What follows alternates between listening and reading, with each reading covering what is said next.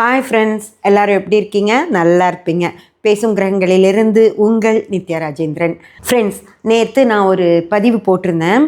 கோலாஷ்டமி black magic பற்றின ஒரு பதிவு இல்லைங்களா? அது நான் அப்போ தான் அந்த வீடியோஸ் எல்லாம் பார்த்தேன். அப்புறம் பக்கத்து வீட்டுக்காரங்க வந்தாங்கன்னு சொன்னேன் இல்லைங்களா? அந்த வீடியோவில் என்னால் நிறைய விஷயங்கள் பேச முடியல. அப்போ இருந்த மைண்ட் செட்டுக்கு நான் அப்படி பேசியிருந்தேன். அதனால் இந்த ஒரு வீடியோ போடணும் அப்படின்னு சொல்லி நான் நினச்சேன். அதுதான் இந்த பதிவு. அதை விட எனக்கு ரொம்ப ரொம்ப ரொம்ப சந்தோஷம் என்ன அப்படின்னா, நீங்கள் எவ்வளோ பேர் அம்மா டென்ஷன் ஆகாதீங்க, உங்கள் உடம்பு கெட்டு போயிடும், பி கூல்னெல்லாம் நிறைய பேர் எனக்கு கமெண்ட் பண்ணியிருந்தீங்க. ரொம்ப ரொம்ப ரொம்ப ரொம்ப சந்தோஷம். இந்த அன்புக்காக தான் நான் இவ்வளோ வேலையும் பண்ணிகிட்ருக்கேன் ஃப்ரெண்ட்ஸ். ஓகேங்களா?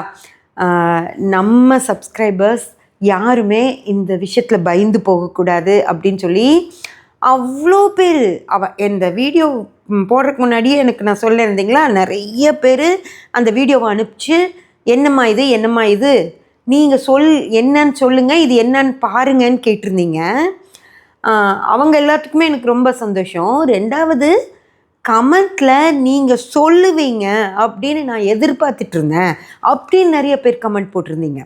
இதை பற்றி நீங்கள் பேசுவீங்கன்னு எனக்கு தெரியும், நேற்று தான் நான் இந்த வீடியோ பார்த்தேன், இன்றைக்கி உங்கள் வீடியோ வந்துருச்சு அப்படின்னு சொல்லி நிறைய பேர் கமெண்ட் பண்ணியிருந்தீங்க. அப்போது உங்களுக்கு எல்லாருக்கும் என் மேலே இவ்வளோ நம்பிக்கை இருக்குது அப்படிங்கிறதே எனக்கு ரொம்ப ரொம்ப சந்தோஷமாக இருக்குது. இதை கொடுக்குற உங்களுக்கு இதை எனக்கு அந்த தெய்வம் தான் உங்களையெல்லாம் எனக்கு கொடுத்தது அப்படின்னு சொல்லி நான் நம்புகிறேன். நன்றிம்மா, நன்றி. இவ்வளோ என்ன நம்பருக்கு என்றைக்குமே இந்த நம்பிக்கைக்கு ஒரு சின்ன கலங்கம் கூட வராமல் நான் மிக மிக சரியாக நடந்துப்பேன் அப்படின்னு உங்களுக்கு ஒரு உறுதியும் கொடுக்குறேன். எந்த வித மாற்றமும் என்கிட்ட இருக்காது. நீங்கள் என்ன தைரியமாக நம்பி என்ன வேணாலும் கேட்கலாம். ஏன்னா என் சப்ஸ்கிரைபர்ஸை எப்படி நான் ஒரு தெய்வமாக பார்க்குறேன். அதனால் அவங்களுக்கு நான் மிக சரியாக நடந்துக்கணும் அப்படின்னு சொல்லி நான் நினைக்கிறேன். Thank you friends. நான் கொஞ்சம் கோவமாக தான் பேசினேன். எனக்கு மோஸ்ட்லி நான் பெருசாக கோவம் வராது. அதே மாதிரி வீடியோ பண்ணும்போதும் எனக்கு எந்த கோவமும் எனக்கு வராது. என் கூட நிறைய பேர் டெய்லியும் ஜாதகம் பார்க்குறவங்க பேசுவாங்க. அதில் கேட்டிங்கன்னா தெரியும், யார் என்ன கேள்வி எவ்வளோ கேள்வி கேட்டாலும், ஒரே விஷயத்தை திருப்ப கேட்டாலும் நான் அவங்களுக்கு எல்லாத்துக்கும் பதில் சொல்லணும். தவிர அவங்க அப்படி கேட்டுட்டாங்கன்னா எனக்கு கோவமே வராது. ஆனால் இந்த குழந்தைக விஷயம் அப்படின்னு சொன்னதும் எனக்கு அவ்வளோ ஒரு அங்கலாப் வந்துருச்சு, எனக்கு கோவம் வந்துருச்சு. அதனால தான் நான் அப்படி பேசிட்டேன். இது யாருக்காவது பிடிக்காமல் இருந்தால் கூட இந்த ஒரே ஒரு வீடியோவை மட்டும் பொறுத்துக்கோங்க.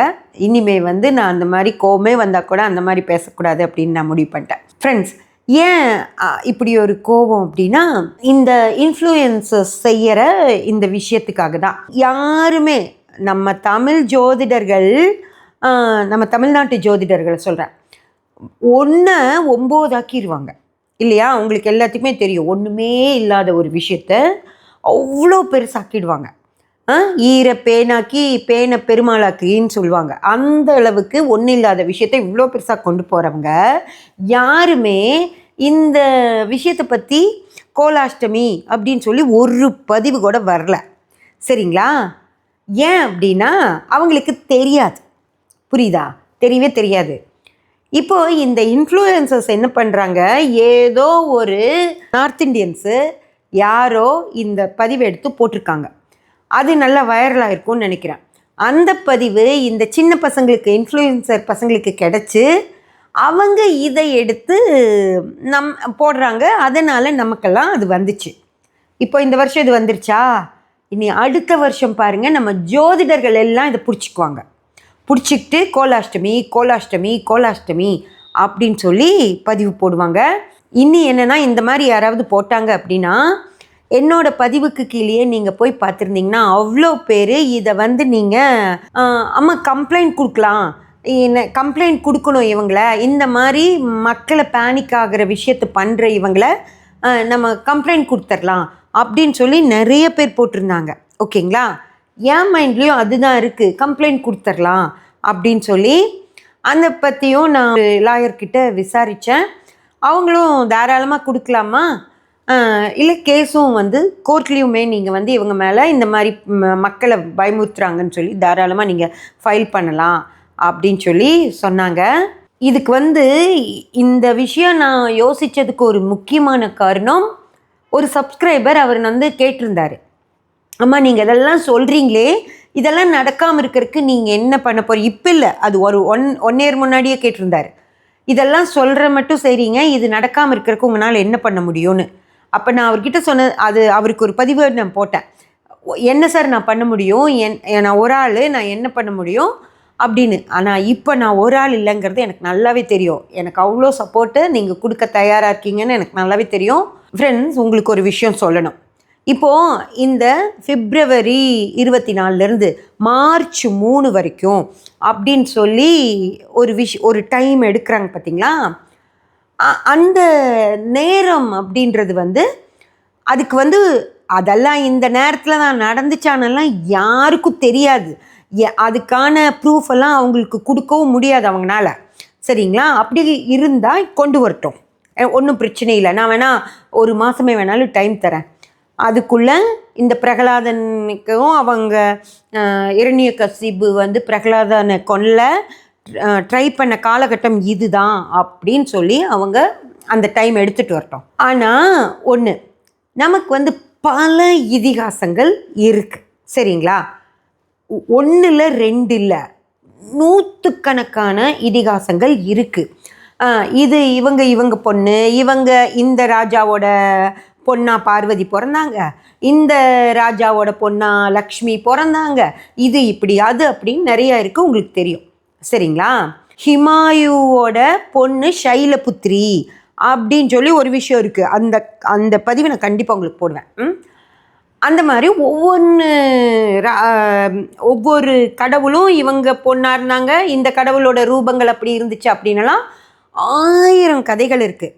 அப்படி ஒவ்வொரு கதையிலிருந்தும் ஒரு டைமை எடுத்து இந்த டைமில் இது நடக்கும், அந்த டைமில் அது நடக்கும் அப்படின்னு சொல்கிறதா இருந்தால் நமக்கு 365 நாளெல்லாம் பத்தவே பத்தாது. ஏன்னா கடவுளெல்லாம் யுகங்கள் கணக்காக செஞ்சாங்க. நம்மக்கிட்ட இருக்கிறது வெறும் 365 நாள். அந்த 365 நாள்லையும் சீதாவை ராமர் தீக்குளிக்க வச்ச நாள், இந்த நாளில் கணவனும் மனைவியும் சந்திச்சிட்டிங்கன்னா உங்களுக்கு கணவன் மனைவிக்குள்ளே சண்டை வந்துடும். அந்த சண்டை பெருசாகி மனைவி தீக்குளிக்க வேண்டி வரும், கணவர் மனைவி அந்த நேரத்தில் சந்தேகப்படுவார் அப்படின்னு ஒருத்தங்க சொல்லுவாங்க. புரியுதுங்களா? இந்த விஷயத்த இப்போ இரண்யகசிபு பிரகலாதனை கொல்ற வாரம் இது அப்படின்னு சொன்னாங்க இல்லையா? இந்த நேரத்தில் பிளாக் மேஜிக் பண்ணி குழந்தைகளை எல்லாம் தூக்கிட்டு போயிடுவாங்கன்னு பயமுறுத்துனாங்க இல்லையா? இதே மாதிரி ராமரும் சீதாவும் தீக்குளித்த காலகட்டம் இது, இந்த நேரத்தில் இப்படி நடக்கும்பாங்க. ஓகேங்களா? அதுக்கப்புறம் தாக்ஷாயினியா இவங்க பார்வதி தேவி வந்தாங்க இல்லையா? அவங்க அவங்க அப்பா நடத்துகிற யாகத்துக்கு போகிறதுக்கு சம்மதம் கேட்டாங்க சிவபெருமான் கிட்ட. அந்த விஷயம் நடந்தது இந்த வாரம். இந்த நேரத்தில் கண்டிப்பாக புருஷன் பொண்டாட்டி சண்டை போட்டுக்குவாங்க. அதனால் புருஷன் பொண்டாட்டி சேர்ந்துருக்கக்கூடாது, அந்த பொண்ணு அவங்க அம்மா வீட்டுக்கு போயிடணும் அப்படின்னு ஒரு வாரத்தை கொண்டு வருவாங்க. அதுக்கப்புறம் ஃப்ரெண்ட்ஸ் இன்னொன்று கூட சொல்லுவாங்க. அதாவது மகாபாரதத்தில் இந்த கதை இருக்குது. ஒரு காட்டில் இவங்க பஞ்சபாண்டவர்கள் வாழ்ந்துட்டுருக்காங்க. அப்போ வந்து அவங்க பஞ்சபாண்டவர்கள் டெய்லியும் வேட்டைக்கு எல்லாம் போகும்போது, வேட்டை முடிஞ்சு வரும்போது அந்த வேட்டையாடின விலங்குகள், அப்புறம் அந்த காட்டில் கிடைச்ச பழங்கள் அதெல்லாம் கொண்டு வந்துட்டு அவங்க அம்மா கிட்ட நாங்கள் இது கொண்டு வந்தோம் அது கொண்டு வந்தோம்னு சொல்லுவாங்க. அந்த மாதிரி ஒரு நாள் இவங்க வந்து பாஞ்சாலியோட ராஜசபைக்கு போயிட்டு பாஞ்சாலி அந்த மீனை இது பண்ணி அர்ஜுனன் கனையை விட்டு பாஞ்சாலியை அர்ஜுனன் சொந்தம் பண்ணிட்டு வந்துடுறாங்க. வீட்டுக்கு முன்னாடி வாசலில் நின்றுட்டு அவங்க அம்மாவை கூப்பிடுறாங்க. அம்மா, நாங்கள் ஒரு கன்னியை கொண்டு வந்திருக்கோம் அப்படின்னு சொல்கிறாங்க. சரிங்களா? ஆனால் அந்த அம்மா என்ன புரிஞ்சுக்கிறாங்க, டெய்லியும் கனி தானே கொண்டு வருவாங்க. அதனால் இவங்க என்ன அந்த அம்மா புரிஞ்சுக்கிறாங்கன்னா, கனி கொண்டு வந்திருக்காங்கன்னு சொன்னாங்கன்னு கன்னின்னு இவங்க சொல்கிறாங்க. ஆனால் அந்த அம்மா காதில் கனின்னு விழுகுது. அதனால் குந்தி தேவி என்ன சொல்கிறாங்கன்னா, 5 பேரும் சேர்ந்து வச்சுக்கோங்க அப்படின்னு சொல்லி சொல்கிறாங்க. அதனால் அவங்க வந்து பாஞ்சாலியை திரௌபதியை. அது 5 பேருமே திருமணம் செஞ்சுக்க வேண்டி வருது, அவங்க அம்மா சொல்ல கேட்கணுங்கிறதுனால. அப்படி தான் அந்த கதையை கொண்டு போகிறாங்க. திரௌபதி ஏன் 5 பேர்த்துக்கும் மனைவி ஆகுறாங்கன்னா, அவங்க அம்மா சொன்ன வார்த்தையை தட்டக்கூடாதுங்கிறக்காக 5 பேருமே அவங்களுக்கு கணவராக வாழ்கிறாங்க. இது நடந்தது இல்லையா? இது ஒரு காலத்தில் தானே நடந்திருக்கும். ஏதோ ஒரு மாதம், ஏதோ ஒரு தேதி, அதில் தானே நடந்திருக்கும். அந்த நாளைக்கு எடுத்து போட்டுட்டு, இந்த நேரத்தில் யாருக்காவது திருமணமானால் அந்த பொண்ணுக்கு 5 கணவர்கள் வருவாங்கன்னு கூட சொல்லுவாங்க. இல்லை, அந்த நேரத்தில் ஒரு குழந்தை பிறந்ததுன்னா, ஒரு பெண் குழந்தையாக இருந்தால் அதுக்கு 5 கணவர்கள் அமைவாங்கன்னு கூட நாளைக்கு சொல்லுவாங்க. சொல்ல மாட்டாங்களா? இந்த மாதிரி இல்லாத கதையை கட்டுறவங்க இதையும் சொல்லுவாங்கல்ல. சரி, அதே மகாபாரதத்தில் குந்தி தேவி குந்தி போஜன மகாராஜாவா குந்தியை வந்து தத்தெடுத்து தான் அவர் குந்தின்னு பேர் வைக்கிறாரு. அந்த குந்தி போஜன மகாராஜா கிட்ட குந்தி வளரும்போது துர்வாசகர் அங்கே போய் ஒரு வேள்வி நடத்துகிறாரு. அதுக்கு வந்து முழு துணையாக அவருக்கு எல்லா பணிவிடைகளையும் குந்தி பண்ணுறாங்க. அப்போது குந்திக்கு வந்து வரம் கொடுக்குறார். சரிங்களா? என்ன வரம் கொடுக்குறாருன்னா, அவருக்கு வந்து இந்த கதையெல்லாம் தெரியுமா, பின்னாடி நடக்க போகிறது என்னன்னு தெரியுது. பாண்டுவை திருமணம் பண்ணிக்கிறனால பாண்டுக்கு வந்து ஒரு சாபத்தினால பாண்டுவால் குழந்தை பெற்றுக்க முடியாத ஒரு சூழ்நிலை ஏற்படும். அந்த நேரத்தில் குந்திக்கு உபயோகமாக இருக்கட்டும்னு சொல்லிட்டு அவர் வந்து சில மந்திரங்களை குந்திக்கு சொல்கிறார். இதை வந்து பிரயோகப்படுத்தி நீ குழந்தை பெற்றுக்கோன்னு சொல்லி அவருக்கு கொடுத்துட்டு போகிறார்.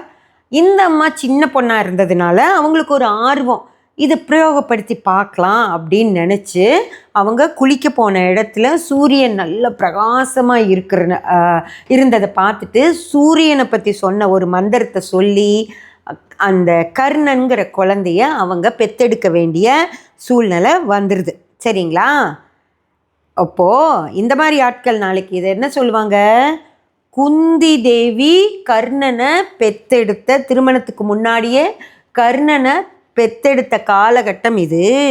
இந்த நேரத்தில் உங்கள் பெண் குழந்தைங்களையெல்லாம் வீட்டுக்குள்ளே போட்டு அடைச்சி வச்சுருங்க, இல்லைன்னா அவங்களுக்கு இந்த மாதிரி ஏதாவது நடந்துரும் அப்படின்னு சொல்ல மாட்டாங்கன்னு ஏதாவது நிச்சயம் இருக்கா? சொல்லுவாங்களா சொல்ல மாட்டாங்களா? என்ன வேணாலும் சொல்லுவாங்க. இன்றைக்கி வந்து பணம் சம்பாதிக்கிறதுக்காக உங்கள் குழந்தைங்கள தூக்கிட்டு போயிடுவாங்க இந்த வாரத்தில் அப்படின்னு ஒரு ஆள் சொல்லும்போது மிச்ச விஷயங்களையும் சொல்ல மாட்டாங்களா? அந்த தம்பி வந்து இப்படி சொல்கிறார், 24 பிப்ரவரியிலேருந்து மார்ச் 3ஆம் தேதி வரைக்கும் கோலாஷ்டம காலம், அதில் வந்து உங்கள் குழந்தைங்களை தூக்கிட்டு போயிடுவாங்கன்னு சொல்கிறாருல்ல. இது வந்து தெரியாதவங்களா அந்த பிளாக் மேஜிக்கெல்லாம் செய்கிறாங்கல்ல, அவங்க வந்து இதை யோசிக்காமல் இருந்திருப்பாங்க.